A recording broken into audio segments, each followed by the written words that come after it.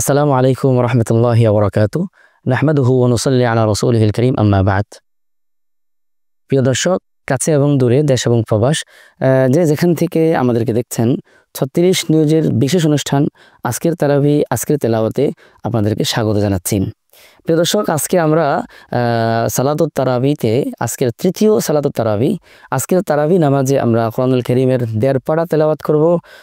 সেই ১.৫ পারা হবে চতুর্থ পারার পরিপূর্ণটা এবং পঞ্চম পারার প্রথম অর্ধাংশ তেলাওয়াত করা হবে।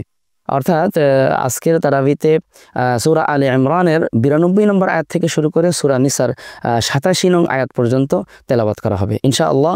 আজকের তারাবি, আজকের তেলাওয়াত অনুষ্ঠানে আপনাদের সামনে আজকের তারাবির সারসংক্ষেপ তুলে ধরার চেষ্টা করব। প্রিয় দর্শক, আল্লাহ রাব্বুল আলামিন আজকের যে পারা তেলাওয়াত করা হবে, চতুর্থ পারা, এই পারার শুরুতেই আমাদেরকে দান সদকা বিষয়ক একটি গুরুত্বপূর্ণ বিষয়ে সতর্ক করে বলেন, নির্দেশ দিয়ে বলেন যে লান তানালুল বিররা হাত্তা তুনফিকু মিম্মা তুহিব্বুন। আমরা অনেকেই দান সদকা করে থাকি, তো সেই দান সদকার মধ্যে কোনটা আল্লাহ তাআলার কাছে বেশি গ্রহণযোগ্য, কোনটা আল্লাহ তাআলার কাছে বেশি সওয়াবের মাধ্যম, সেই বিষয়ে আল্লাহ রাব্বুল আলামিন সতর্ক করে বলেন যে লান তানালুল বিররা, ততক্ষণ পর্যন্ত তোমরা তোমাদের দান সদকার মধ্যে পুণ্য লাভ করতে পারবে না, নেকি লাভ করতে পারবে না, ততক্ষণ পর্যন্ত হাত্তা তুনফিকু মিম্মা তুহিব্বুন, তোমরা তোমাদের প্রিয় এবং পছন্দনীয় বস্তুটি সদকা না করো, দান না করো। এই আয়াত নাজিল হওয়ার পরে সাহাবায়ে কেরাম এই আয়াতের উপরে যেভাবে আমল করেছেন, সত্যি এটা অনেক অভূতপূর্ব এবং অকল্পনীয়। হযরত সাহাবায়ে কেরাম এই আয়াত নাজিল হওয়ার পরে প্রত্যেকেই যার যে সম্পদ ছিল তারা তালাশ করতে লাগলেন, তার কাছে সবচেয়ে প্রিয় বস্তু কোনটি এবং প্রিয় সম্পদ কোনটি, সেটা আল্লাহর রাস্তায় সদকা করতে থাকলেন। এই আয়াতের তাফসিরে বিশেষ করে হযরতে আবু তালহা আনসারী রাদিয়াল্লাহু তাআলা আনহুর একটি ঘটনা বর্ণিত হয়েছে। হযরতে আবু তালহা আনসারী যখন এই আয়াত শুনলেন, তখন তিনি চিন্তা করতে লাগলেন তার থাকা সম্পদের মধ্যে সবচেয়ে মূল্যবান এবং প্রিয় সম্পদ কোনটা। তো দেখলেন যে তার একটি বাগান ছিল, বিরহা নামক একটি বাগান, যেটি মসজিদে নববীর একদম সম্মুখ ভাগে অবস্থিত ছিল। আল্লাহ রাসূল সাল্লাল্লাহু আলাইহি ওয়াসাল্লাম প্রায়ই এই বাগানে প্রবেশ করতেন এবং এই বাগানের খেজুর খেতেন এবং এই বাগানের প্রবাহিত ঝর্ণা থেকে পানি পান করতেন। তো তিনি চিন্তা করলেন যে এই বাগানটাই তার কাছে সবচেয়ে দামি এবং প্রিয়। তাই তিনি আল্লাহ রাসূল সাল্লাল্লাহু আলাইহি ওয়াসাল্লামের দরবারে উপস্থিত হয়ে বললেন, ইয়া রাসূলুল্লাহ, আমি আমার বাগান বিরহাকে আল্লাহর রাস্তায় সদকা করতে চাই। ওমর রাদিয়াল্লাহু তাআলা আনহু এই আয়াত শোনার পরে উনিও চিন্তা করতে লাগলেন যে ওনার কাছে থাকা সম্পদের মধ্যে সবচেয়ে প্রিয় কোনটা। তো ওনার কাছে ছিল ওনার একটি দাসী ছিল যে অনেক সুন্দরী এবং রূপসী ছিল, ওনার অনেক পছন্দের ছিল। উনি আল্লাহ তাআলা সন্তুষ্টির জন্য সেই দাসীটিকে আজাদ করে দিলেন। প্রিয় দর্শক, আমরাও দান সদকার ক্ষেত্রে চেষ্টা করব যে আমাদের কাছে সবচেয়ে লোভনীয় এবং প্রিয় বস্তুটি আল্লাহর রাস্তায় দান করার জন্য আল্লাহ তাআলা আমাদেরকে তৌফিক দান করেন। প্রিয় দর্শক, এরপরে আল্লাহ রাব্বুল আলামিন এই সূরার জায়গায় জায়গায় ঈমান এবং কুফরের বিষয়ে আলোচনা করেছেন।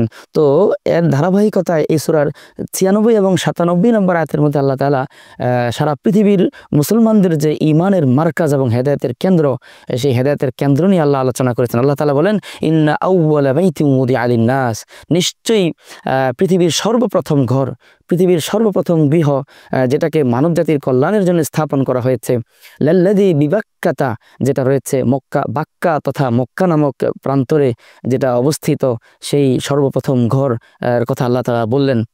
এবার আল্লাহ বললেন হুদা ও মুবারাকান, সেই ঘরের মধ্যে আল্লাহ বরকত রেখে দিয়েছেন, ওয়াহুদান, এবং সেটা হলো হেদায়েতের কেন্দ্র, লিল আলামিন, বিশ্ববাসীর জন্য। আল্লাহ তাআলা সেই ঘরের ব্যাপারে বলতেছেন ফিহি আয়াতুম বাইয়িনাত, সেই ঘর এবং ঘরের আশপাশে রয়েছে অনেক সুস্পষ্ট নিদর্শনাবলী। সেই সুস্পষ্ট নিদর্শনাবলীর মধ্য থেকে একটি হলো মাকাম ইব্রাহিম, মাকাম ইব্রাহিম নামক জায়গা, যেই মাকাম ইব্রাহিমের পাশে দাঁড়িয়ে তাওয়াফকারীরা ২ রাকাত সালাত আদায় করে থাকেন এবং সেখানে দোয়া কবুল হয়। মাকাম ইব্রাহিম অর্থাৎ একটি পাথর, যেটা জান্নাত থেকে এসেছিল। ইব্রাহিম আলাইহিস সালাতু ওয়াস সালাম যেই পাথরের উপর দাঁড়িয়ে বাইতুল্লাহ নির্মাণ করেছিলেন।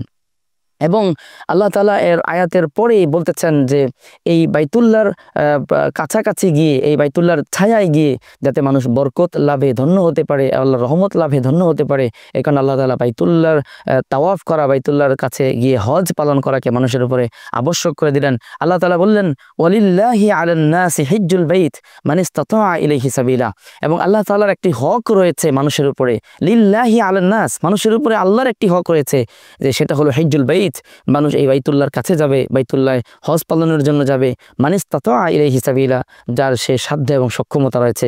আল্লাহ তাআলা আমাদেরকে বাইতুল্লাহর হজে যাওয়ার তৌফিক দান করেন। প্রিয় দর্শক, এরপরে আল্লাহ রাব্বুল আলামিন এই সূরা আলে ইমরানের 102 নম্বর আয়াতের মধ্যে আমাদেরকে একটি গুরুত্বপূর্ণ বিষয় নির্দেশ দিয়ে বলেন, ইয়া আইয়ুহাল্লাযীনা আমানুত্তাকুল্লাহ হাক্কা তুকাতিহি, হে মুমিনরা তোমরা আল্লাহকে ভয় করো হাক্কা তুকাতিহি, যেমন ভয় করা দরকার। অর্থাৎ শুধু নামের মুত্তাকি নয়, শুধু নামের তাকওয়া নয়, শুধু লেবাসের তাকওয়া নয়, বরং প্রকৃত অর্থেই যেটাকে তাকওয়া বলা হয় সেই তাকওয়া তোমাদের জীবনে ধারণ করো। এরপর আল্লাহ বললেন, ওয়ালা তামুতুন্না ইল্লা ওয়া আনতুম মুসলিমুন, তোমরা পরিপূর্ণ মুসলমান না হয়ে কেউ মৃত্যুবরণ করো না। প্রিয় দর্শক, আমরা দেখেছি যে সূরা বাকারার 208 নম্বর আয়াতে আল্লাহ তাআলা আমাদেরকে বলেছিলেন, ইয়া আইয়ুহাল্লাযীনা আমানু উদখুলু ফিস-সিলমি কাফা, হে মুমিনরা তোমরা পূর্ণাঙ্গভাবে ইসলামে প্রবেশ করো। আর এখানে আল্লাহ তাআলা বলতেছেন যে তোমরা পরিপূর্ণ মুসলমান না হয়ে মৃত্যুবরণ করো না। তো কখন কে মারা যাবে, কার মৃত্যু কখন এসে যাবে আমরা কেউ জানি না, পৃথিবীর কেউ জানে না। তো এই আয়াতের মধ্যে আল্লাহ তাআলা বলতে চাচ্ছেন যে তোমরা প্রতিটা মুহূর্তেই ইসলামের উপরে, ইসলামী জীবন ধারণের উপরে তোমরা প্রতিষ্ঠিত থাকো, অটল থাকো, যাতে যখনই তোমার মৃত্যু এসে যায় তখনই তুমি পূর্ণাঙ্গ মুসলমান অবস্থায় মৃত্যুবরণ করতে পারো। এরপরে আল্লাহ রাব্বুল আলামিন এই সূরা আলে ইমরানের 103 নম্বর আয়াতে আমাদেরকে লক্ষ্য করে যে নির্দেশটি দিলেন, যে নির্দেশটি আজকের মুসলমানদের জন্য, বর্তমান পৃথিবীর প্রেক্ষাপটে মুসলমানদের অত্যন্ত গুরুত্বপূর্ণ এবং অপরিহার্য একটি বিষয়। যেই বিষয়টি না থাকার কারণে বিশ্বময় মুসলিম আজকে নির্যাতিত, নিপীড়িত এবং অবহেলিত, লাঞ্ছিত, সেটা হলো ঐক্য, মুসলমানদের মাঝে পারস্পরিক ভ্রাতৃত্ববোধ এবং ঐক্যের বন্ধন। আল্লাহ তাআলা এই ঐক্যের ব্যাপারে মুসলিমদেরকে নির্দেশ দিয়ে বলেন, ওয়াতাসিমু বিহাবলিল্লাহি জামিআন ওয়া লা তাফাররাকু, হে আমার মুমিন বান্দারা তোমরা সকলেই ঐক্যবদ্ধভাবে আল্লাহ তাআলার রশিকে আঁকড়ে ধরো, ওয়ালা তাফাররাকু, এবং তোমরা পরস্পরে বিচ্ছিন্ন হয়ে যেও না। বস্তুত এই ঐক্য এমন একটি শক্তি, ঐক্য এমন একটি বিষয়, যে ঐক্য যদি মুসলমানদের মাঝে থাকে তাহলে মুসলমানদের দিকে বিশ্বের কেউ বাঁকা চোখে তাকাতে পারবে না, কেউ মুসলমানদের উপরে নিপীড়ন নির্যাতন নিয়ে আসবে দূরে থাক, মুসলমানদের দিকে কেউ রক্তচক্ষু নিয়ে তাকানোর সাহসই পাবে না। এবং সেই ঐক্য হবে কিসের ভিত্তিতে? ঐক্য হবে পৃথিবীর কোনো তন্ত্র মন্ত্র এবং পৃথিবীর মানুষের বানানো কোনো মতবাদের ভিত্তিতে নয়। মুসলমানদের ঐক্য হবে বিহাবলিল্লাহ, আল্লাহ তাআলার রশি, আল্লাহ তাআলার বিধান, আল্লাহ তাআলার তাওহীদ, আল্লাহ তাআলার দেওয়া শরীআর ভিত্তিতে ঐক্য হবে। এবং আল্লাহ তাআলা বলতেছেন, আমাদেরকে স্মরণ করিয়ে দিয়ে মুসলমানদেরকে বলেন যে তোমরা তোমাদের পিছনের অবস্থা দেখো, তোমরা তোমাদের পূর্বের অবস্থা দেখো, যেই সময় তোমাদের মাঝে ঐক্য না থাকার কারণে তোমরা শতধা বিভক্ত ছিলে, তোমরা পরস্পরের শত্রু ছিলে, তখন তোমরা সারা পৃথিবীতে দুর্বল ছিলে। আল্লাহ বলতেছেন, ওয়াজকুরু নি'মাতাল্লাহি আলাইকুম, তোমরা তোমাদের উপর আল্লাহর সেই নিয়ামতকে স্মরণ করো। ইয কুনতুম আ'দাআ, যখন তোমরা ছিলে পরস্পরে একে অপরের শত্রু, ফাআল্লাফা বাইনা কুলুবিকুম, আল্লাহ তাআলা তোমাদের অন্তরগুলোকে মিলিয়ে দিয়েছেন, অন্তরগুলোর মাঝে সৌহার্দ্য সম্প্রীতি তৈরি করে দিয়েছেন। ফাআসবাহতুম বিনি'মাতিহি ইখওয়ানা, আল্লাহ তাআলার অনুগ্রহে তোমরা ভাইয়ে ভাইয়ে পরিণত হয়েছ। আমরা যখন মুসলমানরা যখন পৃথিবীতে ভ্রাতৃত্বের বন্ধনকে ধরে রেখেছিল, তখন পৃথিবীতে মুসলিমরা শ্রেষ্ঠ জাতি ছিল, বিজয়ী জাতি ছিল। আল্লাহ তাআলা সেই কথাই আমাদেরকে স্মরণ করাচ্ছেন, তোমরা যদি আবার সেই ভ্রাতৃত্ব, সেই ঐক্যের দিকে ফিরে যেতে পারো, তাহলে পৃথিবীতে আবার তোমরা সেই শ্রেষ্ঠত্ব এবং বিজয় আসনে অধিষ্ঠিত হতে পারবে। আল্লাহ তাআলা আমাদের মাঝে আবার ঐক্য ফিরে আসার তৌফিক দান করেন, ঐক্য এবং ভ্রাতৃত্বকে ধারণ করার তৌফিক দান করেন। এরপরে আল্লাহ রাব্বুল আলামিন এই সূরার 104 নম্বর আয়াতের মধ্যে মুসলিম উম্মাকে একটি বিষয়ের দিকে তাদেরকে গুরুত্ব আরোপ করে আল্লাহ বললেন যে, ওয়ালতাকুম মিনকুম উম্মাতুন ইয়াদউনা ইলাল খায়র, আর তোমাদের মাঝে যেন সবসময় একটি দল, একটি জামাত এরকম থাকে যারা ইয়াদউনা ইলাল খায়র, মানুষকে কল্যাণের দিকে আহ্বান করবে, ইয়ামুরুনা বিল মারুফ ওয়া নাহাউনা আনিল মুনকার, যারা মানুষকে সৎ কাজের নির্দেশ দিবে এবং অসৎ কাজ থেকে, অন্যায় কাজ থেকে বারণ করবে। আসলেই মুসলিমদের মাঝে সবসময় এমন একটি জামাত, এমন একটি দল, এমন একটি গ্রুপ থাকা আবশ্যক, বাঞ্ছনীয়, যারা মানুষকে কল্যাণের দিকে আহ্বান করবে এবং তারা মানুষকে দাওয়া দিবে, দাওয়ার কার্যক্রম, দাওয়ার প্রোগ্রামকে তারা চালু রাখবে। দাওয়ার যত উপকরণ রয়েছে, যত আসবাব রয়েছে, দাওয়ার যত পদ্ধতি রয়েছে, সব পদ্ধতিকে ব্যবহার করে তারা মানুষকে কল্যাণের দিকে আহ্বান করে যাবে। এটা মুসলিম জাতির জন্য অত্যন্ত জরুরি একটি বিষয়। আল্লাহ তাআলা এই বিষয়টির দিকে সূরা আলে ইমরানের 104 নম্বর আয়াতের মধ্যে আমাদেরকে গুরুত্ব আরোপ করলেন। এরপরে আল্লাহ রাব্বুল আলামিন এই সূরার 106 এবং 7 নম্বর আয়াতের মধ্যে বললেন যে কিয়ামতের ময়দানে আমরা সবাই একত্রিত হব, সারা পৃথিবীর মানুষ একত্রিত হবে। তখন পৃথিবীর মানুষ দুইটা ভাগে বিভক্ত হয়ে যাবে। একদল হবে এমন যাদের চেহারা সেদিন আলোকিত হবে, উজ্জ্বল হবে, শুভ্র সাদা হবে, আর আরেক দল হবে যাদের চেহারা সেদিন কালো হবে, অন্ধকারাচ্ছন্ন হবে, তা কলুষিত হবে, লাঞ্ছিত এবং অপদস্থ হবে। তো আল্লাহ তাআলা বলতেছেন ইয়াউমা তাবিয়াদ্দু ওয়ুজুহু ওয়া তাসওয়াদ্দু ওয়ুজুহ, সেদিন কিছু চেহারা আলোকিত হয়ে যাবে এবং সাদা হবে, আর কিছু চেহারা সেদিন কালো হয়ে যাবে, অন্ধকার হয়ে যাবে। ফাআম্মাল্লাযীনা ওয়াদ্দাত ওয়ুজুহুহুম, যাদের চেহারা সেদিন কালো হয়ে যাবে, আল্লাহ তাআলা তাদেরকে বলবেন ফাযুকুল আযাব, তোমরা আজকে শাস্তির আস্বাদন করো, শাস্তি ভোগ করো, বিমা কুনতুম তাকফুরুন, দুনিয়াতে কুফরি করার কারণে। আর ওয়াম্মাল্লাযীনা বিয়াদ্দাত ওয়ুজুহুহুম, আর যাদের চেহারা সেদিন আলোকিত হবে, উজ্জ্বল হবে, তাদের ব্যাপারে আল্লাহ বললেন ফাফি রাহমাতিল্লাহ, সেদিন তারা থাকবে আল্লাহ তাআলার রহমতের ছায়ায়, হুম ফিহা খালিদুন, সেখানে তারা চিরকাল থাকবে। আল্লাহ তাআলা আমাদেরকে যাদের চেহারা আলোকিত হবে তাদের দলভুক্ত করে নেন, আমিন। প্রিয় দর্শক, এরপরে আল্লাহ রাব্বুল আলামিন এই সূরার 110 নম্বর আয়াতের মধ্যে এই মুসলিম উম্মাহ, এই উম্মতে মুহাম্মদীকে পৃথিবীর শ্রেষ্ঠ জাতি, পৃথিবীর শ্রেষ্ঠ উম্মত আখ্যা দিয়ে বললেন কুনতুম খায়রা উম্মাতিন উখরিজাত লিন-নাস, তোমরাই হলে পৃথিবীর সব জাতির মধ্যে শ্রেষ্ঠ জাতি, শ্রেষ্ঠ উম্মত। আর তোমাদেরকে বের করা হয়েছে, উখরিজাত, তোমাদেরকে পৃথিবীতে আনা হয়েছে, লিন-নাস, মানুষের কল্যাণের জন্য। আর তোমরা শ্রেষ্ঠ কেন? তোমাদের শ্রেষ্ঠত্বের ভিত্তি কি? তোমাদের শ্রেষ্ঠত্বের ভিত্তি হলো তা'মুরুনা বিল মারুফ ওয়া তানহাউনা আনিল মুনকার, তোমরা মানুষকে কল্যাণের দিকে এবং সৎ কাজের দিকে আহ্বান করো, ওয়া তানহাউনা আনিল মুনকার, এবং মানুষকে অন্যায় থেকে বারণ করে থাকো।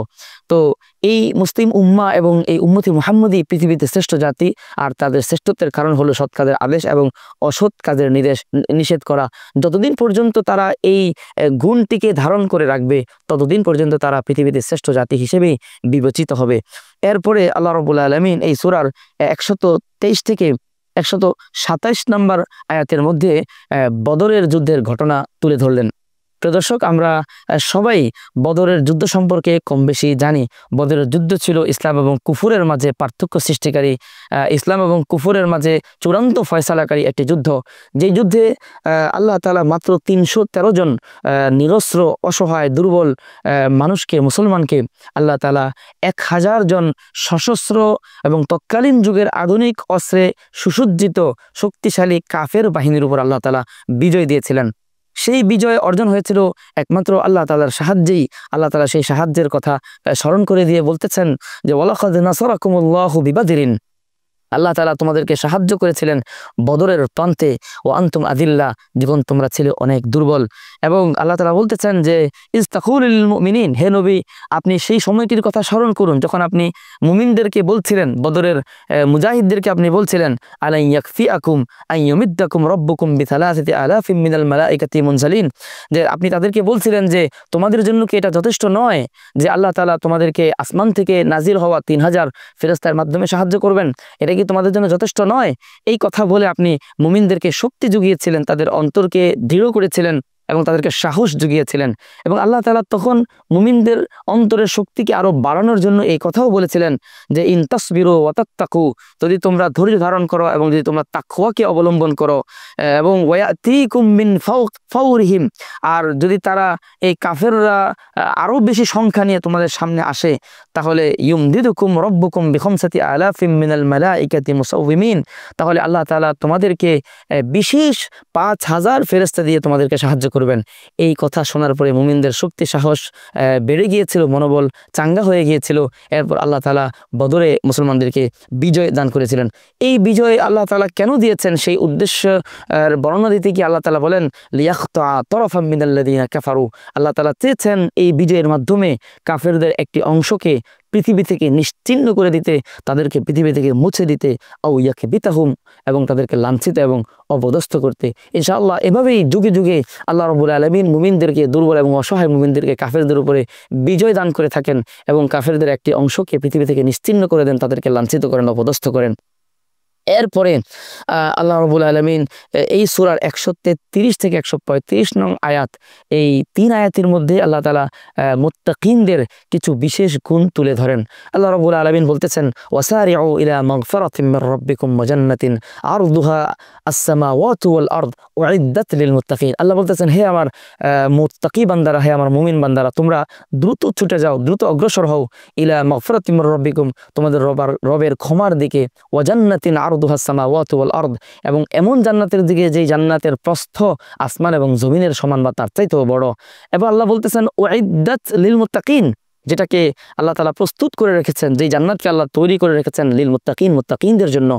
এরপরের আয়াতে আল্লাহ তাআলা মুত্তাকিনদের কিছু বৈশিষ্ট্যের বিবরণ দিলেন। মুত্তাকিনদের 4টি গুণের কথা আল্লাহ তাআলা তুলে ধরলেন। মুত্তাকিন কারা? মুত্তাকিন হলো আল্লাযীনা ইউনফিকুনা ফিস সাররাই ওয়াদ দাররা। মুত্তাকিনদের 1 নম্বর গুণ হলো যারা সচ্ছল অবস্থায় এবং অসচ্ছল অবস্থায়, যারা ধনী থাকা অবস্থায় এবং গরিব হওয়া অবস্থায়, উভয় অবস্থায় তারা আল্লাহর রাস্তায় খরচ করে, তারা দান করে। এবং মুত্তাকিনদের 2 নম্বর গুণ হলো ওয়াল কাযিমিনাল গাইজ, এবং যারা তাদের ক্রোধ এবং তাদের গোস্বাকে সংবরণ করে, তারা তাদের ক্রোধকে নিয়ন্ত্রণ করতে পারে। ক্রোধ নিয়ন্ত্রণ করা মুমিনদের একটি গুরুত্বপূর্ণ বৈশিষ্ট্য এবং গুণ, এবং মুত্তাকিনদের একটি গুরুত্বপূর্ণ বৈশিষ্ট্য। এই ক্রোধ দমন করার ব্যাপারে, সংবরণ করার ব্যাপারে আল্লাহ রাসূল সাল্লাল্লাহু আলাইহি ওয়াসাল্লাম এক হাদিসের মধ্যে বলেন, মান কাযামা গায়যান ওয়া হুয়া কাদিরুন আলা আন ইউনাফিযাহু দাআহু আল্লাহু ইয়াওমাল কিয়ামা আলা রুউসিল খালায়েক হাত্তা ইউখায়্যিরাহু মিনাল হুরুল আইনি মা শা। আল্লাহ রাসূল সাল্লাল্লাহু আলাইহি ওয়াসাল্লাম বলতেছেন যে কেউ যদি তার ক্রোধকে সংবরণ করে, কোনো গোস্বাকে সে নিয়ন্ত্রণ করে, যেই গোস্বা সে বাস্তবায়ন করতে সক্ষম, যেই গোস্বার ফলাফল নিতে সে সক্ষম, অর্থাৎ কারো উপর রাগান্বিত হবার পরে সে তার উপরে রাগ ঝাড়তে সক্ষম, রাগের বশবর্তী হয়ে তাকে আঘাত করতে সক্ষম, কিন্তু সে আঘাত না করে, কোনো প্রতিউত্তর না করে সে তার গোস্বাটাকে কন্ট্রোল করে, নিয়ন্ত্রণ করে। আল্লাহ রাসূল সাল্লাল্লাহু আলাইহি ওয়াসাল্লাম তাকে সুসংবাদ দিয়ে বললেন যে কিয়ামতের ময়দানে সমগ্র মানুষের সামনে আল্লাহ তাআলা তাদেরকে আহ্বান, আল্লাহ তাআলা তাকে ডাকবেন, আল্লাহর কাছে নিবেন, এবং হুরে আইনদের একটি জামাতের দিকে ইশারা করে বলবেন যে এই হুরে আইনদের মধ্য থেকে যাকে তোমার পছন্দ হয় তাকে বাছাই করো, আমি তোমাকে তার সাথে বিবাহ পড়িয়ে দিব। সুবহানাল্লাহ। প্রিয় দর্শক, আমরা চেষ্টা করব আমাদের দৈনন্দিন জীবনে ক্রোধকে সংবরণ করার জন্য এবং এই নিয়ামত আমাদের জীবনে অর্জন করার জন্য। এরপর আল্লাহ রাব্বুল আলামিন মুমিনদের মুত্তাকিনদের আরেকটি বৈশিষ্ট্যের কথা বললেন যে ওয়াল কাযিমিনাল গায়যা ওয়াল আফিনা আনিন নাস। মুত্তাকিনদের 3 নম্বর বৈশিষ্ট্য হলো যারা মানুষকে ক্ষমা করে দেয়। যে মানুষকে যেই পরিমাণ ক্ষমা করবে, কিয়ামতের ময়দানে আল্লাহ তাআলা তাকে সেই পরিমাণই ক্ষমা করে থাকবেন। তো মুত্তাকিনদের 3 নম্বর বৈশিষ্ট্য হলো মানুষকে ক্ষমা করে দেওয়া। এরপর আল্লাহ তাআলা মুত্তাকিনদের 4 নম্বর বৈশিষ্ট্য বলতেছেন ওয়াল্লাযীনা ইযা ফাআলু ফাহিশাতান আও যালামু আনফুসাহুম। আর মুত্তাকিন হলো তারা যারা কোনো অন্যায় করার পরে, কোনো অপরাধ করার পরে, অথবা নিজেদের উপরে কোনো জুলুম করার পরে, কোনো অপরাধে লিপ্ত হবার পরে যাকারুল্লাহ, তারা সঙ্গে সঙ্গে আল্লাহর কথা স্মরণ করে, ফাস্তাগফিরু লিযুনুবিহিম, এবং তাদের হয়ে যাওয়া সেই অন্যায় এবং গুনাহ থেকে আল্লাহ তাআলার কাছে তওবা করে, ইস্তিগফার করে। আল্লাহ তাআলা বলতেছেন ওয়া ইয়াগফিরুয যুনুবা ইল্লাল্লাহ, আল্লাহ ছাড়া কে আছে গুনাহ মাফ করতে পারবে, গুনাহ ক্ষমা করতে পারবে। তো যাদের গুনাহ হয়ে যাওয়ার পরে তারা গুনার উপরে অটল না থেকে, গুনার উপরে অনড় না থেকে তারা আল্লাহ তাআলার কাছে ক্ষমা প্রার্থনা করে, আল্লাহ তাআলা তাদেরকে ক্ষমা করে দেন এবং তারা তাদেরকে মুত্তাকি হিসেবে গ্রহণ করে নেন। আল্লাহ তাআলা আমাদের সবাইকে মুত্তাকিনদের এই 4টি গুণ আমাদের জীবনে ধারণ করার তৌফিক দান করেন। আমিন। প্রিয় দর্শক, এরপরে আল্লাহ রাব্বুল আলামিন এই সূরা আলে ইমরানের 140 নম্বর আয়াতের মধ্যে 139 এবং 40 নম্বর আয়াতের মধ্যে একটি মুমিনদেরকে একটি সান্ত্বনামূলক কথা বললেন। অর্থাৎ উহুদ যুদ্ধের ময়দানে, উহুদ যুদ্ধে মুমিনদের অনেকেই আহত হয়ে গিয়েছিলেন। 70 জন মুমিন সাহাবী শহীদ হয়ে গিয়েছিলেন এবং 70 জন আহত হয়েছিলেন, ক্ষতবিক্ষত হয়েছিলেন, তারা সারা শরীর থেকে রক্ত ঝরছিল। ওই সময় মানসিকভাবে তারা বিপর্যস্ত হয়ে পড়েছিলেন। তখন আল্লাহ তাআলা মুমিনদেরকে সান্ত্বনা দেওয়ার জন্য একটি আয়াত নাজিল করে বললেন যে ইয়ামসাসকুম কারহুন ফাকাদ মাসাল কওমা কারহুম মিসলুহু। হে আমার মুমিন বান্দারা, হে মুজাহিদরা, যদি তোমরা যুদ্ধের ময়দানে আজকে আঘাতপ্রাপ্ত হয়ে থাকো, যদি তোমরা ক্ষতের শিকার হয়ে থাকো, ফাকাদ মাসাল কওমা কারহুম মিসলুহু, তাহলে তোমাদের বিরুদ্ধে যে কাফেররা জিহাদ যুদ্ধ করেছে তারাও কিন্তু এরকম আঘাতপ্রাপ্ত হয়েছে। তো সুতরাং তোমরা খেয়াল করো যে তারাও আঘাতপ্রাপ্ত হয়েছে, তোমরাও আঘাতপ্রাপ্ত হয়েছো, এতে মানসিকভাবে বিপর্যস্ত হওয়ার কোনো কারণ নেই।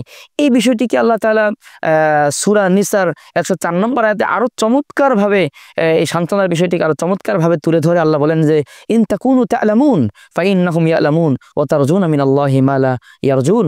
আল্লাহ বলতেছেন যে হে মুমিনরা, যুদ্ধের ময়দানে যদি তোমরা আহত হয়ে থাকো তাহলে ফাইন্নাহুম ইয়া'লামুন, তোমাদের প্রতিপক্ষ কাফের যারা রয়েছে বেঈমান, তারাও তো আহত হয়েছে। হয়েছে, কিন্তু তাদের মাঝে আর তোমাদের মাঝে পার্থক্য হলো ও তারজুনা মিনাল্লাহি মা লা ইয়ারজুন, তোমরা আল্লাহর কাছ থেকে এমন কিছু আশা করো, এমন কিছু পুরস্কারের আশা রাখতে পারো যে আশাটা কাফেররা রাখতে পারে না। প্রকৃতপক্ষেই অবস্থাটা এমনই যে যুদ্ধের ময়দানে ঈমান এবং কুফরের যে লড়াই হয়ে থাকে, সেই লড়াইয়ে মুমিনরাও আহত হয়, কাফেররাও আহত হয়, কিন্তু মুমিনরা প্রতিটা আঘাতের বিনিময়ে, প্রতিটা ক্ষতের বিনিময়ে, প্রতি ফোঁটা রক্তের বিনিময়ে আল্লাহ তাআলা কিয়ামতে তাদের জন্য অসংখ্য পুরস্কার রেখেছেন, অসংখ্য সওয়াব এবং মর্যাদা রেখেছেন, কিন্তু কাফেরদের জন্য আখিরাতে আল্লাহ তাআলা কোনো পুরস্কারই রাখেননি। এভাবে মুমিনরা তো কাফেরদের থেকে অনেক বেশি এগিয়ে যাবে, মুমিনরা তাদের মানসিকভাবে প্রশান্তি লাভ করতে পারবে। আল্লাহ তাআলা এভাবেই মুমিনদেরকে সান্ত্বনা দান করলেন। এরপরে এই সূরা আলে ইমরানের 144 নম্বর আয়াতের মধ্যে আল্লাহ তাআলা মুমিনদেরকে একটি বিষয়ে আগাম সতর্ক করলেন, সতর্ক বানিয়ে দিয়ে রাখলেন। সেই বিষয়টি হলো যে উহুদ যুদ্ধের ময়দানে একবার একটি আওয়াজ ছড়িয়ে পড়েছিল যে ইন্না মুহাম্মাদান কদ কুতিল, মুহাম্মদ সাল্লাল্লাহু আলাইহি ওয়াসাল্লামকে শহীদ করে ফেলা হয়েছে। ঘটনা ছিল এমন, হযরতে মুসআব ইবনে উমাইর রাদিয়াল্লাহু তাআলা আনহু আল্লাহ রাসূলের একজন বিশিষ্ট সাহাবী, যিনি দেখতে অনেকটা আল্লাহ রাসূলের মতোই ছিলেন। তো মুসআব ইবনে উমাইরকে আব্দুল্লাহ ইবনে কামআ, মুসআব ইবনে উমাইরকে এখান থেকে শুরু হবে। মুসআব ইবনে উমাইর রাদিয়াল্লাহু তাআলা আনহু যখন শহীদ হয়ে যান, তখন একটি আওয়াজ ছড়িয়ে পড়ে, কাফেররা এই আওয়াজটা ছড়িয়ে দেয় যে ইন্না কাতালনা মুহাম্মাদান, আমরা মুহাম্মদকে হত্যা করে ফেলেছি। এবং কোন কোন বর্ণনায় পাওয়া যায় যে শয়তান এই আওয়াজটা ছড়িয়ে দিয়েছিল যে ইন্না মুহাম্মাদান কদ কুতিল, মুহাম্মদ তো শহীদ হয়ে গিয়েছে। এই আওয়াজটা যখন যুদ্ধের ময়দানে ছড়িয়ে যায়, তখন মুসলমানরা হীনমন্য হয়ে যায় এবং তাদের উপর নৈরাশ্য ছেয়ে যায়। তা বলাবলি করতে থাকে যে যদি মুহাম্মদ সাল্লাল্লাহু আলাইহি সাল্লাম শহীদ হয়ে গিয়ে থাকেন, দুনিয়া থেকে চলে যান, তাহলে আমাদের আর যুদ্ধ করে কি লাভ হবে, আমাদের আর জিহাদ করে কি লাভ হবে, এই সংগ্রামের কি মূল্য রয়েছে। এই কথা ভেবে সাহাবায়ে কেরাম অনেকেই অস্ত্র ফেলে দিয়ে যুদ্ধের ময়দানে বসে যান, অনেকে এভাবেই মৃত্যুবরণের জন্য প্রস্তুত হয়ে যান, অনেকে আবার যুদ্ধের ময়দানে অস্ত্র ফেলে মদিনার দিকে পালাতে শুরু করেন। এভাবে একটি বিপর্যয়কর অবস্থা তাদের মাঝে ছড়িয়ে যায়। আল্লাহ রাব্বুল আলামিন এই বিষয়টির উপরে সাহাবায়ে কেরামকে সতর্ক করে বললেন যে ওমা মুহাম্মাদুন ইল্লা রাসূল, ওমা মুহাম্মাদুন ইল্লা রাসূল, আমার নবী মুহাম্মদ তিনি তো নন ইল্লা রাসূল, তিনি তো একজন রাসূল। কদ খালাত মিন ক্বাবলিহির রাসূল, এই মুহাম্মদ সাল্লাল্লাহু আলাইহি সাল্লামের উপরে, মুহাম্মদ সাল্লাল্লাহু আলাইহি সাল্লামের পূর্বে আরো অনেক নবী রাসূল দুনিয়াতে এসেছিলেন, তারা সকলেই দুনিয়া থেকে বিদায় হয়ে গিয়েছেন, কোনো নবী কোনো রাসূল দুনিয়াতে স্থায়ী ছিলেন না। আফা ইন মাতা আও কুতিলা ইনকালাবতুম আলা আকাবিকুম, কোনোদিন যদি মুহাম্মদ দুনিয়া থেকে চলে যান, কোনোদিন যদি মুহাম্মদ শহীদ হয়ে যান, তাহলে কি তোমরা আবার কুফুরের দিকে ফিরে যাবে? তাহলে কি তোমরা মুহাম্মদের আদর্শ ছেড়ে দিবে? তাহলে কি মুহাম্মদের মিশন, মুহাম্মদের দ্বীনের মিশনকে নিয়ে তোমরা সামনে অগ্রসর হবে না? মুহাম্মদের দ্বীনকে সমুন্নত রাখার জন্য, মুহাম্মদের দ্বীনকে সুরক্ষিত রাখার জন্য তোমরা কি সংগ্রাম করবে না, যুদ্ধ করবে না? এটা কেমন কথা যে মুহাম্মদ শহীদ হয়ে গিয়েছে বিদায় তোমরা অস্ত্র ফেলে দিয়ে ময়দানে বসে পড়বে? এটা তো হতে পারে না। এই বিষয়ের উপরে আল্লাহ রাব্বুল আলামিন সাহাবায়ে কেরামকে সতর্ক করলেন। আল্লাহু আকবার। সাহাবায়ে কেরামকে আল্লাহ তাআলা আগাম দিয়ে সতর্ক বার্তা দিয়েছেন। এই বিষয়টি সাহাবায়ে কেরামের উপরে এমনভাবে প্রভাব ফেলেছে যে এর বেশ কয়েক বছর পরে যখন 11 হিজরির 12ই রবিউল আউয়াল আল্লাহ রাসূল সাল্লাল্লাহু আলাইহি সাল্লাম দুনিয়া থেকে বিদায় হয়ে গেলেন, আল্লাহ রাসূলের তিরোধানের পর সাহাবায়ে কেরাম সেই সতর্ক বার্তাকে স্মরণে রেখেছে। আল্লাহ রাসূলের ইন্তেকাল হয়ে যাওয়ার পরে, দুনিয়া থেকে বিদায় হয়ে যাওয়ার পরে সাহাবায়ে কেরাম আল্লাহ রাসূলের মিশনকে, দ্বীনকে সামনে এগিয়ে নেওয়ার জন্য অনেক সুনিপুণ পদক্ষেপের মাধ্যমে, কার্যকরী পদক্ষেপের মাধ্যমে আল্লাহ রাসূলের দ্বীনকে আগে নিয়ে গেছেন এবং দ্বীনের ঝান্ডাকে পৃথিবীর শেষ প্রান্ত পর্যন্ত পৌঁছে দিয়েছেন। আল্লাহ রাসূলের ইন্তেকালের কারণে এই দ্বীন মিটে যায়নি, সাহাবায়ে কেরাম দ্বীনের মিশনকে ভুলে যাননি। এরপরে আল্লাহ রাব্বুল আলামিন এই সূরার 156 নম্বর আয়াতের মধ্যে মুমিনদেরকে একটি বিষয়ে স্মরণ করিয়ে দিলেন এবং মুনাফিকদের একটি চরিত্রের কথা তুলে ধরে আল্লাহ রাব্বুল আলামিন বললেন, ইয়া আইয়ুহাল্লাযীনা আমানু লা তাকুনু কাল্লাযীনা কাফারু ওয়া ক্বালু লিইখওয়ানিহিম ইযা দারাবু ফিল আরদি আও কানু গুজ্জা লাউ কানু ইনদানা মা মাতু ওয়া মা কুতিলু। আল্লাহ তাআলা বলতেছেন, হে মুমিনরা, তোমরা ওই সকল লোকদের মতো হয়ো না যারা কুফরি করেছে এবং যারা এই কথাটা পরস্পরে বলাবলি করে, তাদের ভাইদেরকে যারা বলে ইযা দারাবু ফিল আরদি, যখন তাদের মুজাহিদ ভাইরা জমিনের মধ্যে জিহাদের জন্য ছড়িয়ে পড়ে, আও কানু গুজ্জান, এবং কোনো যুদ্ধে শরিক হয়, তখন তারা নিজেরা বলাবলি করতে থাকে লাউ কানু ইনদানা, তারা যদি আমাদের কাছে থাকতো, তারা যদি যুদ্ধের ময়দানে না যেত, মা মাতু ওয়া মা কুতিলু, তাহলে তারা মৃত্যুবরণ করতো না এবং তারা এভাবে শহীদ হতো না, এভাবে তারা প্রিয়জনকে হারাতো না। এইভাবে তারা বলা বলি করতে থাকে। আল্লাহ তাআলা বললেন যে যারা এই কথাগুলো বলে তোমরা তাদের মতো হয়ো না। আল্লাহ বলতেছেন যে লিয়াজআলাল্লাহু যালিকা হাসরাতান ফি কুলুবিহিম, আল্লাহ তাআলা এই বিষয়টিকে তাদের অন্তরের মধ্যে একটি আক্ষেপের বিষয় বানিয়ে দিয়েছেন, তাদের অন্তরের মধ্যে একটি আক্ষেপ ঢেলে দিয়েছেন। কিন্তু মুমিনদের অন্তরের মধ্যে আল্লাহ এই আক্ষেপ রাখেননি। আল্লাহ বলতেছেন আল্লাহু ইউহয়ি ওয়া ইউমীত, মৃত্যু এবং জীবন এটা তো আল্লাহর হাতে, যাকে ইচ্ছা আল্লাহ তাকে জীবন দান করেন, যাকে ইচ্ছা আল্লাহ তাকে মৃত্যু দান করেন। আল্লাহ তাআলা আমাদেরকে এই আয়াতের মধ্যে সতর্ক করে বললেন যে যারা এই জাতীয় কথাবার্তা বলে যে যুদ্ধের ময়দানে যদি তারা না যেত তাহলে তারা মারা যেত না, শহীদ হতো না, হে মুমিনরা তোমরা এই কথাটা বলো না। প্রিয় দর্শক, আমরা যদি বর্তমান বিশ্বের দিকে তাকাই তাহলে আমরা দেখব যে বর্তমান পৃথিবীতে বিভিন্ন প্রান্তে, পৃথিবীর বিভিন্ন দেশে মুজাহিদিনে কেরাম জিহাদ করতেছেন, কাফেরদের বিরুদ্ধে লড়াই করছেন। সেখানে মুজাহিদরা শহীদ হচ্ছেন এবং তাদের আত্মীয় স্বজন, তাদের সন্তান এবং পিতামাতা শহীদ হচ্ছেন।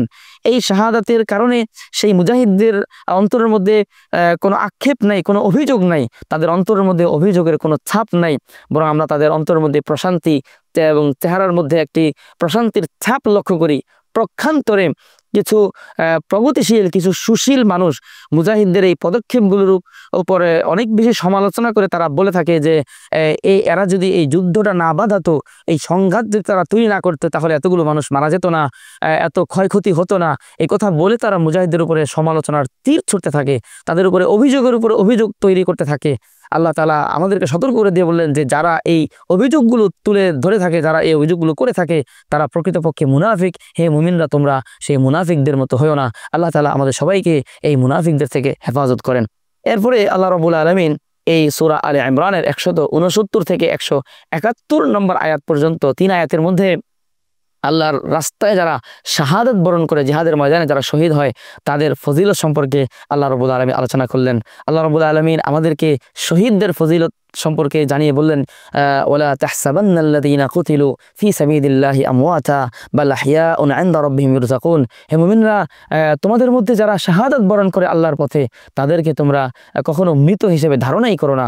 বাল আহইয়া, বরং তারা রয়েছে জীবিত, ইনদা রাব্বিহিম, তাদের প্রভুর কাছে, তাদের রবের কাছে, ইরযাকুন, তারা জীবিত হিসেবে তাদেরকে প্রতিনিয়ত সকাল সন্ধ্যা রিজিক দেওয়া হয়, জান্নাতের খাবার দেওয়া হয়। আল্লাহ বলতেছেন ফারিহিনা বিমা আতাহুমুল্লাহু মিন ফাদলি, আল্লাহ তাআলা নিজ অনুগ্রহে তাদেরকে যা কিছু দিয়েছেন এতে তারা সবাই সন্তুষ্ট। ওয়াস্তাবশিরুনা বিল্লাযীনা লাম ইয়ালহাকু বিহিম মিন খালফিহিম, এবং তাদের যে সকল ভাইরা তাদের সাথে এখনো মিলিত হয়নি, দুনিয়াতে রয়ে গিয়েছে এবং জিহাদের ময়দানে যারা এখনো রয়েছে, তাদের সাথে শহীদ হয়ে যারা এখনো মিলিত হয়নি, তারা সেই জান্নাত থেকে তাদেরকে সুসংবাদ পাঠাতে থাকে। তারা বলতে থাকে আল্লাহ খাউফুন আলাইহিম ওয়ালা হুম ইয়াহজানুন, তোমাদের উপর কোনো ভয় নেই এবং তোমাদের উপর কোনো দুশ্চিন্তা নেই।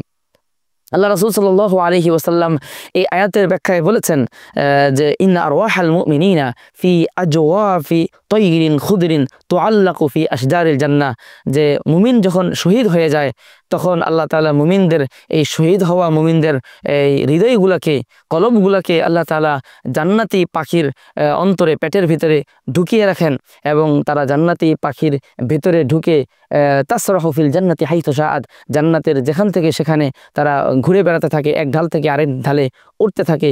এবং আরশের নিচে আল্লাহ রাব্বুল আলামিন কিছু বাতি, কিছু কিন্দিল, কিছু ঝাড়বাতি ঝুলিয়ে রেখেছেন। সেই ঝুলিয়ে রাখা বাতিগুলোর কাছে গিয়ে তারা আশ্রয় নেয় এবং তারা জান্নাতের ফলমূল ভক্ষণ করতে থাকে। আল্লাহ তাআলা আমাদের সবাইকে শাহাদাত অর্জনের তৌফিক দান করেন, শহীদি মর্যাদা দান করেন। এরপরে আল্লাহ রাব্বুল আলামিন এই সূরা আর 185 নম্বর আয়াতের মধ্যে একটি অত্যন্ত গুরুত্বপূর্ণ কথা বলেছেন, যে বিষয়টির সম্মুখীন আমরা সকলেই হব। আল্লাহ তাআলা বলছেন কুল্লু নাফসিন যায়িকাতুল মউত, প্রতিটা মানুষই মৃত্যু শাহাদাত সাধন করবে। কুল্লু নাফসিন, প্রতিটা প্রাণী মৃত্যু শাহাদাত সাধন করবে এবং সকলেই আল্লাহ তাআলার কাছে যাবে। যাওয়ার পরে ওয়া ইন্নামা তুওয়াফাউনা উজুরাকুম ইয়াওমাল কিয়ামা, তোমরা পৃথিবীতে যে যা করেছো প্রত্যেককেই কিয়ামতের ময়দানে তার আমলের পরিপূর্ণ ফলাফল দিয়ে দেওয়া হবে, পরিপূর্ণ জাযা দিয়ে দেওয়া হবে। আল্লাহ রাব্বুল আলামিন বললেন দুনিয়াতে আমরা সফলতার মানদণ্ড কত কিছুকে বানিয়ে থাকি। আল্লাহ বললেন সফলতার প্রকৃত মানদণ্ড হলো মান যুহযিহা আনিন নার ওয়া উদখিলাল জান্নাতা ফাকাদ ফাজ, যে সেদিন কিয়ামতের ময়দানে যে জাহান্নাম থেকে মুক্তি পেয়ে যাবে এবং যে জান্নাতের সার্টিফিকেট পেয়ে যাবে, ফাকাদ ফাজ, প্রকৃতপক্ষে সে সফল হয়ে যাবে, সেই হলো সফল কাম। আল্লাহ তাআলা আমাদেরকে সেই কিয়ামতের ময়দানের সফলতা অর্জনের তৌফিক দান করেন। প্রিয় দর্শক, এই পর্যন্ত সূরা আলে ইমরান শেষ হয়েছে। আজকের তারাবিতে সূরা আলে ইমরানের পাশাপাশি সূরা নিসাও তেলাওয়াত করা হবে। সূরা নিসা কোরআনুল কারীমের এটা ৪ নম্বর সূরা এবং এই সূরার মধ্যে ১৭৬টি আয়াত রয়েছে এবং এই সূরাটি মদিনায় অবতীর্ণ। সূরা নিসাকে সূরা নিসা বলা হয় যেহেতু আল্লাহ তাআলা এই সূরার মধ্যে নারীদের সাথে সম্পৃক্ত মাসাইল নিয়ে আলোচনা করেছেন, নারীদের সাথে সম্পৃক্ত বিষয়াবলী নিয়ে আলোচনা করেছেন, এই কারণে এই সূরাকে সূরাতুন নিসা বলা হয়ে থাকে। এই সূরা নিসার প্রথম আয়াতের মধ্যে আল্লাহ রাব্বুল আলামিন বলতেছেন, ইয়া আইয়ুহান নাসু তাকু রাব্বাকুম আল্লাযী খালাকাকুম মিন নাফসিন ওয়াহিদা ওয়া খালাকা মিনহা যাওজাহা ওয়া বাসসা মিনহুমা রিজালান কাসীরা ওয়া নিসাআ। আল্লাহ তাআলা বলতেছেন, হে মুমিনরা, তোমরা আল্লাহ তাআলাকে ভয় করো যে আল্লাহ তোমাদেরকে একজন ব্যক্তি থেকে তোমাদেরকে তৈরি করেছেন এবং তার থেকে তার স্ত্রীকে তৈরি করেছেন।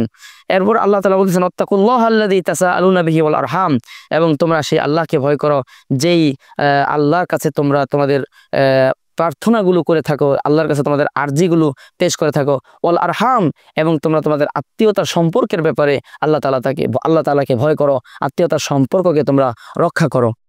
এরপরে আল্লাহ রাব্বুল আলামিন সূরাতুন নিসার ৩ নম্বর আয়াতের মধ্যে একটি গুরুত্বপূর্ণ বিষয়ে আলোচনা করলেন। আল্লাহ বলতেছেন, ওয়া ইন খিফতুম আল্লা তুকসিতু ফিল ইয়াতামা। আগে জাহিলি জমানায় আরব সমাজে প্রথা ছিল যে তাদের অধীনে অনেক ইয়েতিম মেয়েরা লালিত পালিত হতো এবং তাদের অনেক সম্পদ থাকতো। পরবর্তীতে যারা এতিম মেয়েদেরকে লালন পালন করতো তারা তাদেরকে বিয়ে করতো এবং স্ত্রীদের যে হক ছিল সেই হক তাদেরকে দিত না এবং সেই এতিম মেয়েদের সম্পদ তারা নিজেরা ভোগ করতো। আল্লাহ তাআলা বলতেছেন যে এই এতিম নারীদের উপর যদি তোমরা ইনসাফ না করতে পারো তাহলে তোমরা এতিমদেরকে বিয়ে করো না, অন্য নারীদেরকে বিয়ে করবে এবং সেই বিয়ে করার ক্ষেত্রে তোমাদের জন্য সুযোগ রয়েছে। ফানকিহু মা তাবা লাকুম, তোমরা বিয়ে করতে পারো যা তোমাদের পছন্দ মিনান নিসা, নারীদের মধ্যে থেকে। মাসনা, দুইজন দুইজন করে, ওয়া সুলাসা, এবং তিনজন তিনজন করে, ওয়া রুবা, এবং চারজন চারজন করে। প্রিয় দর্শক, আল্লাহ রাব্বুল আলামিন এই সূরা নিসার ৩ নম্বর আয়াতের মধ্যে আমাদেরকে বলে দিলেন তোমরা নারীদেরকে বিয়ে করতে পারো, দুইজন তিনজন চারজন তোমরা বিয়ে করতে পারো। বোঝা গেল যে ২, ৩, ৪ পর্যন্ত বিয়ে করা এটা আল্লাহর পক্ষ থেকে অনুমোদিত একটি ব্যাপার, ইসলামী শরীয়তে হালাল একটি ব্যাপার, এটাকে হালাল হিসেবেই গণ্য করতে হবে, হালালের দৃষ্টি দিয়ে দেখতে হবে। এরপর আল্লাহ রাব্বুল আলামিন এই একাধিক বিয়ের জন্য শর্ত লাগিয়ে দিলেন, ফাইন খিফতুম আল্লা তা'দিলু, একাধিক বিয়ে তোমরা করতে পারো যদি তোমাদের ইনসাফ করার সক্ষমতা থাকে। একাধিক নারীর মাঝে, স্ত্রীর মাঝে যদি তোমরা ইনসাফ করতে সক্ষম হও তাহলেই করতে পারো। আর যদি তোমাদের আশঙ্কা হয় যে তোমরা একাধিক স্ত্রীর মাঝে ইনসাফ রক্ষা করতে পারবে না, সমতা বজায় রাখতে পারবে না, তাহলে ফাওয়াহিদা, তাহলে একজন স্ত্রীকে নিয়ে তুমি জীবনযাপন করো, একজন স্ত্রীর মাঝে তুমি সীমাবদ্ধ থাকো। প্রিয় দর্শক, আমরা এই আয়াত থেকে বুঝতে পারলাম যে একাধিক বিবাহ এটা আল্লাহ রাব্বুল আলামিন হালাল করেছেন, আল্লাহ রাব্বুল আলামিনের পক্ষ থেকে বৈধ একটি বিষয়।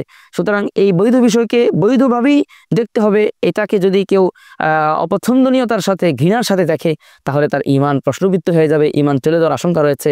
হ্যাঁ, একাধিক বিয়ের জন্য আল্লাহ যেই শর্ত লাগিয়ে দিয়েছেন সেই শর্ত যদি কেউ পূরণ করতে পারে তাহলে তার জন্য একাধিক বিয়ে বৈধ।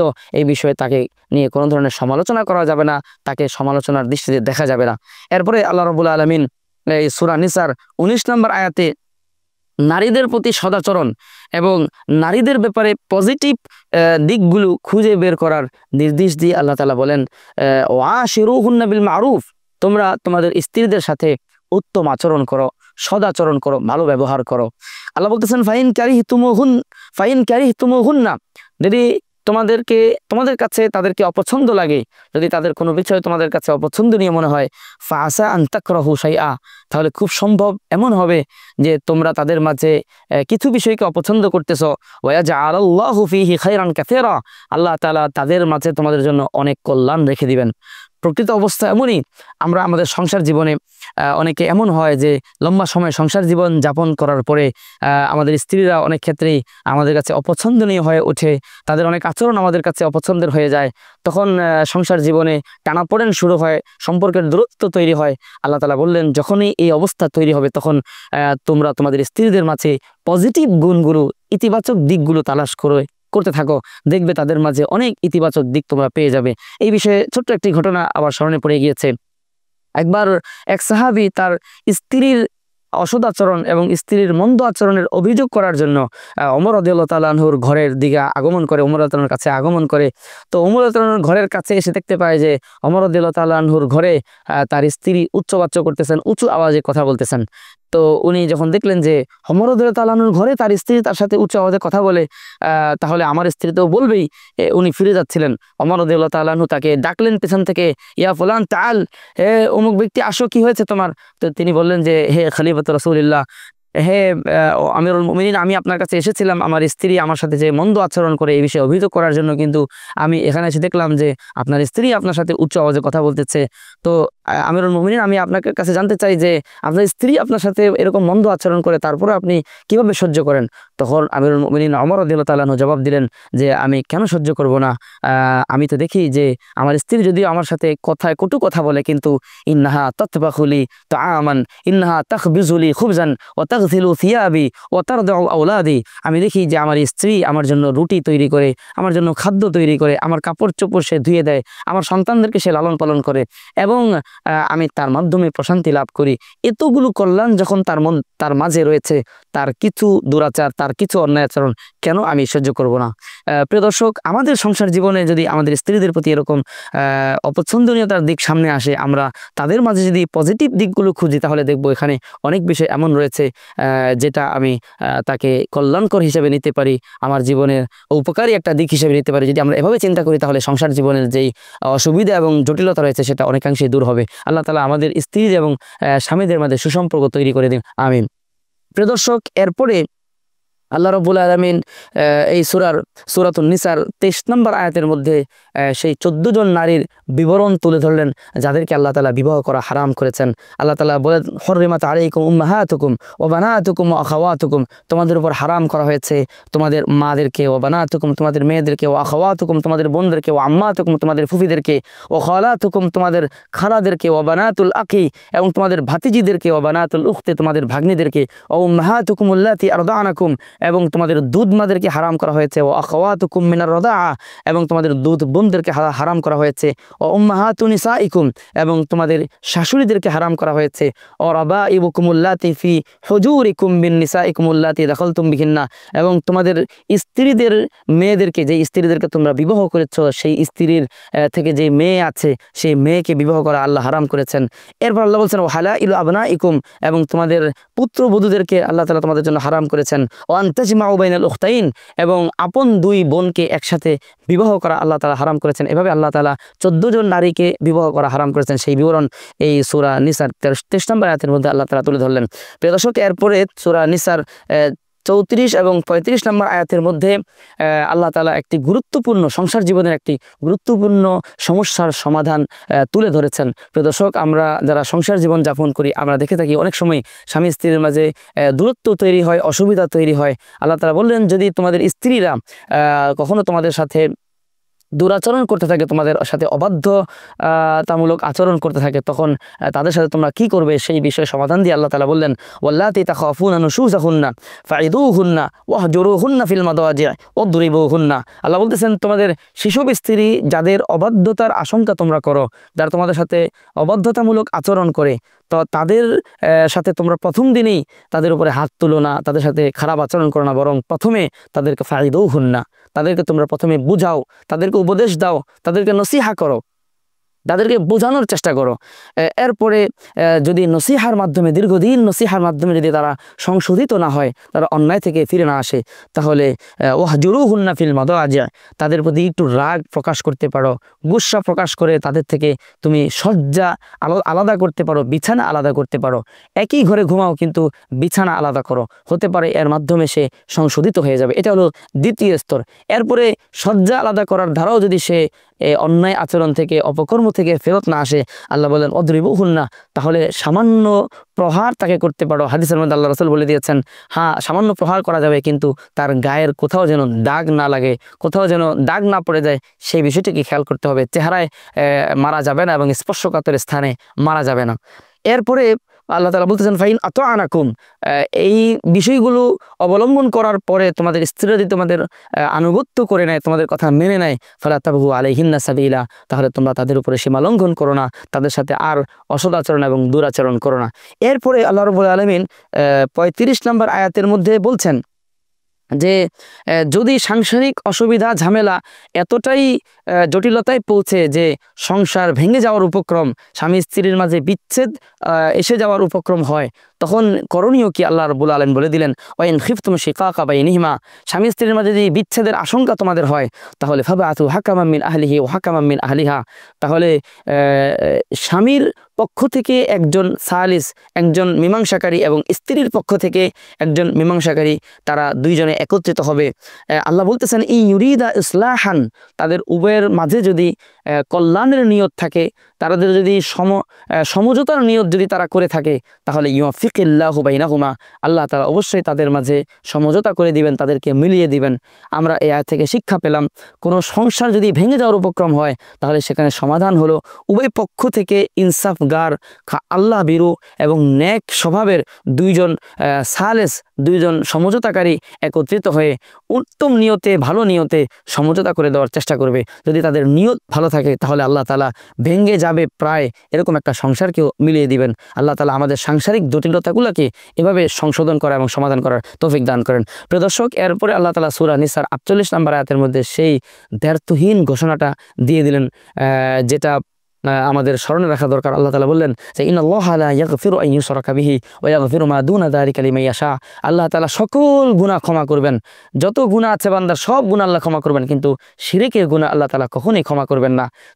সূরা নিসার 48 নম্বর আয়াতের মধ্যে এটা যেমন বললেন, ঠিক এই সূরার 116 নম্বর আয়াতের মধ্যে আল্লাহ তাআলা বললেন যে আল্লাহ তাআলা শিরকের গুনাহ ছাড়া সব গুনাহকেই ক্ষমা করবেন। আল্লাহ তাআলা আমাদেরকে শিরক থেকে বেঁচে থাকার তৌফিক দান করেন। প্রিয় দর্শক, এরপরে এই সূরার 65 নম্বর আয়াতের মধ্যে আল্লাহ তাআলা মুমিনদেরকে সতর্ক করে বললেন যে ফালা ওয়া রাব্বিকা লা ইউমিনুনা হাত্তা ইউহাক্কিমুকা ফিমা শাজারা বাইনাহুম, আমাদের দৈনন্দিন জীবনে যেই ঝামেলা হয়ে থাকে, যে অসুবিধাগুলো হয়ে থাকে, এই অসুবিধাগুলো মীমাংসা করার ক্ষেত্রে আমাদেরকে মানতে হবে কোরআন সুন্নাহর ফয়সালা, কোরআন সুন্নাহর সমাধান আমাদেরকে মানতে হবে।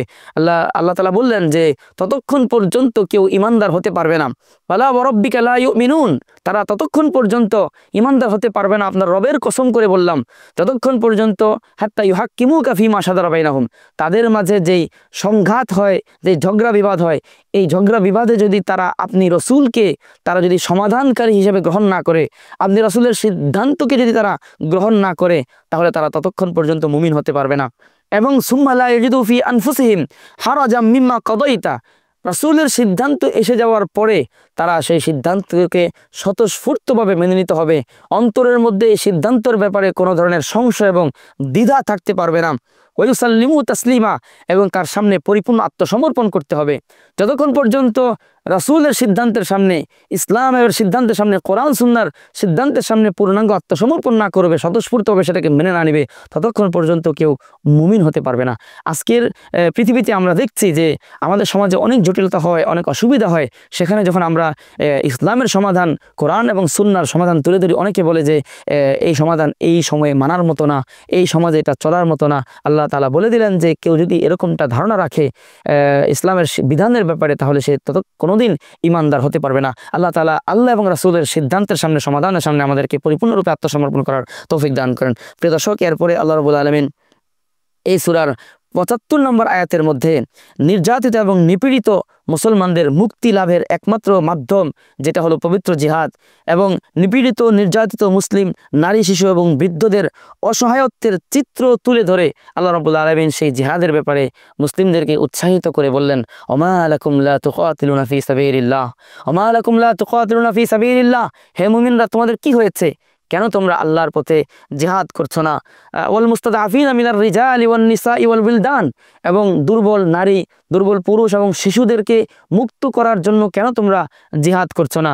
আল্লাযীনা ইয়াকুলুন, যারা সবসময় বলছে, রব্বানা আখরিজনা মিন হাযিহিল ক্বরিয়া, হে আল্লাহ আমাদেরকে এই জনপদ থেকে বের করে আনুন, হে আল্লাহ আমাদেরকে এই জনপদ থেকে মুক্তি দান করুন, আযযালিমি আহলুহা, যেই জনপদের মানুষরা আমাদের উপর জুলুম করতেছেন। প্রিয় দর্শক, আল্লাহ রাব্বুল আলামিন সারা পৃথিবীর অসহায় মুসলিম নারী শিশুদের এই এই অসহায়ত্বের চিত্র তুলে ধরে আমাদেরকে বললেন যে পৃথিবীর মজলুম এবং নিপীড়িত এই মুসলমানদের মুক্তির একমাত্র মাধ্যম হলো জিহাদ। মুসলমানরা যতদিন এই জিহাদের পথে অগ্রসর না হবে, এই মজলুম মানবতা, এই মজলুম অসহায় নারী শিশুদের মুক্তি মিলবে না। আল্লাহ তাআলা মুসলিমদেরকে এই বিষয়টি অনুধাবন করার তৌফিক দান করেন। এরপরে আল্লাহ রাব্বুল আলামিন এই সূরার ৮০ নম্বর আয়াতের মধ্যে বলেন, একটি গুরুত্বপূর্ণ মেসেজ দিলেন যে আল্লাহ বললেন, ওমান ইউতিউর রাসূলা ফাকাদ আতা আল্লাহ। আল্লাহ তাআলা বললেন যে যারা আল্লাহর রসুলকে মানে প্রকৃতপক্ষে তারাই আল্লাহকে মানে। কেউ যদি আল্লাহর রসুলকে না মানে সে কখনোই আল্লাহকে মানতে পারে না। অর্থাৎ আল্লাহকে মানার জন্য প্রথমে আল্লাহর রসুলকে মানা জরুরি। আল্লাহ বললেন ওমান ইউতিউর রাসূল, যে আল্লাহর রসুলকে মানে ফাকাদ আতা আল্লাহ, সে আল্লাহকে মানে। এই আয়াতটির মধ্যে আমাদের বর্তমান যুগের একটি চলমান ফিতনা, যেটাকে আহলে কোরআনের ফিতনা বলা হয়, যারা নিজেদেরকে আহলে কোরআন বলে দাবি করে, যারা বলতে চায় যে আমাদের সামনে কোরআন রয়েছে, আমরা কোরআনকে মানবো, আমরা কোরআনের মধ্যে যেটা হালাল পেয়েছি সেটাকেই গ্রহণ করব, কোরআনের বাইরে আমরা অন্য কিছুকে মানব না। যারা আল্লাহ রাসূলের হাদিসকে প্রত্যাখ্যান করতে চায়, সুন্নাহকে যারা বাদ দিতে চায়, তাদেরকে রদ করে, তাদেরকে প্রত্যাখ্যান করে আল্লাহ বললেন যে প্রকৃতপক্ষে আল্লাহকে তারাই মানে যারা রসুলকে মানে। কেউ যদি রসুলকে না মানে তাহলে সে কখনোই আল্লাহকে মানতে পারে না। এই আয়াত থেকে বোঝা গেল যদি কোরআনকে কেউ মানতে চায় তাহলে অবশ্যই তাকে হাদিস এবং সুন্নাহকে মানতে হবে। আল্লাহ রাব্বুল আলামিন আমাদের আজকের এই তারাবিতে সূরা আলে ইমরান এবং সূরা নিসার মধ্যে যে নির্দেশগুলো আমাদেরকে দিলেন, এই নির্দেশগুলোর উপর আমাদের জীবনকে 100 ভাগ তুলে আনার তৌফিক দান করেন। এই নির্দেশগুলোর দ্বারা আমাদের জীবনকে সাজিয়ে দেন। আল্লাহ তাআলা আমাদের সবাইকে কবুল করেন। আসসালামু আলাইকুম ওয়া রাহমাতুল্লাহি ওয়া বারাকাতুহু।